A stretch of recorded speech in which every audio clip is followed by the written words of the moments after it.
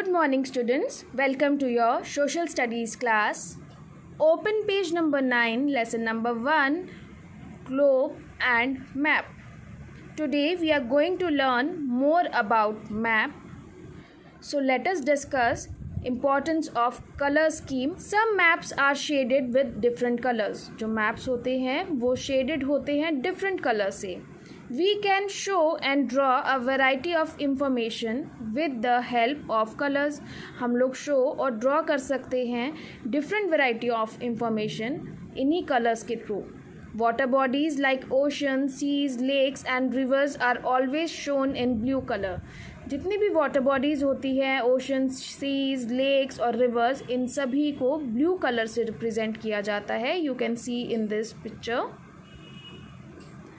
Light blue is used for shallow water. जो light blue colour है, see here, ये जो लाइट ब्लू कलर है ये शो करता है shallow water.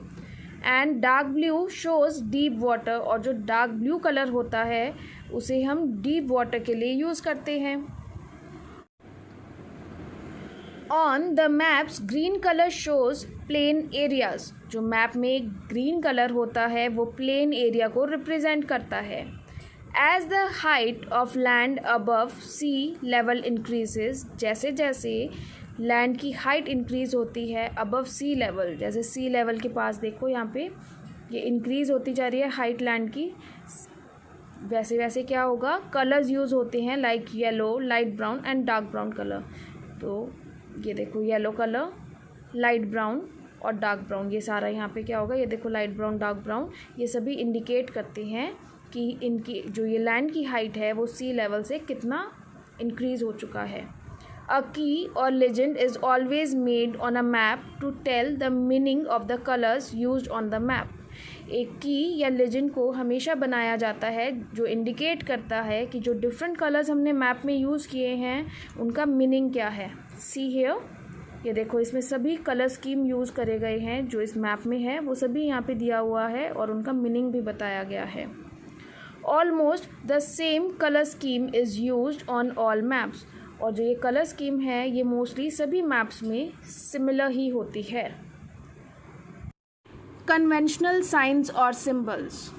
You must have noticed that the location of a town or a city is generally marked with a small circle on the map. क्या आपने कभी notice किया है कि जो लोकेशन एक सिटी का या टाउन का होता है वो मैप में एक स्मॉल सर्कल बना के दिया जाता है. इट इज़ द साइन और सिंबल फॉर द सिटी. ये सिटी का साइन या सिंबल होता है. The boundary between two countries is drawn by a line of dashes and dots. जो बाउंड्री का किसी भी दो कंट्री के बीच में जो बाउंड्री होती है उसे ड्रॉ किया जाता है डैशेस या डॉट्स के थ्रू. देखो अगर इंटरनेशनल बॉर्डर है मतलब टू कंट्रीज़ के बीच में है तो इस तरह का साइन यूज़ होता है. अगर स्टेट के बीच में है टू डिफरेंट स्टेट्स तो ये साइन और सिंबल यूज़ होता है. अगर डिस्ट्रिक्ट टू डिफरेंट डिस्ट्रिक्ट्स हैं तो उसके मौके पे क्या होगा, आपका ये साइन और सिंबल यूज़ किया जाएगा. Railway lines, road, rivers and many other types of information can be shown with the help of various symbols. अगर रेलवे लाइन है, ब्रॉड गेज है तो इस तरह का साइन और सिंबल यूज़ होगा. मीटर गेज है तो इस तरह का साइन और सिंबल यूज़ होगा. इवन जो रोड है, रोड के लिए भी देखो डिफरेंट साइंस और सिंबल यूज़ होंगे. Some standard symbols are shown in the figure. इस फिगर में जो स्टैंडर्ड साइन और सिंबल हैं वो यूज़ करे गए हैं जो मोस्टली सभी कंट्रीज़ सिमिलर होते हैं सभी कंट्रीज़ में. These symbols are made according to the scale. और ये जो सिम्बल्स हैं ये स्केल के अकॉर्डिंग बनाया जाता है. These can be drawn in different colours. ये सभी साइन और सिम्बल्स को हम डिफरेंट कलर से रिप्रेजेंट कर सकते हैं. अ की on a map explains the meaning of these symbols. और जो की हमने अभी रीड आउट करा था, जो की होती है वो क्या करती है, वो मैप में एक्सप्लेन करती है कि इन सिम्बल्स का क्या मीनिंग होता है. We can easily remember these symbols on the map with a little practice. और जब हम इनको प्रैक्टिस कर लेते हैं इन साइंस और सिम्बल्स के बारे में तो हम मैप में इसको easily समझ पाते हैं. A map is a store house of information, और जो मैप होती है वो एक स्टोर हाउस होती है इंफॉर्मेशन की, क्योंकि उससे हमें सभी तरह की डिटेल्स मिल जाती है. Is it clear students?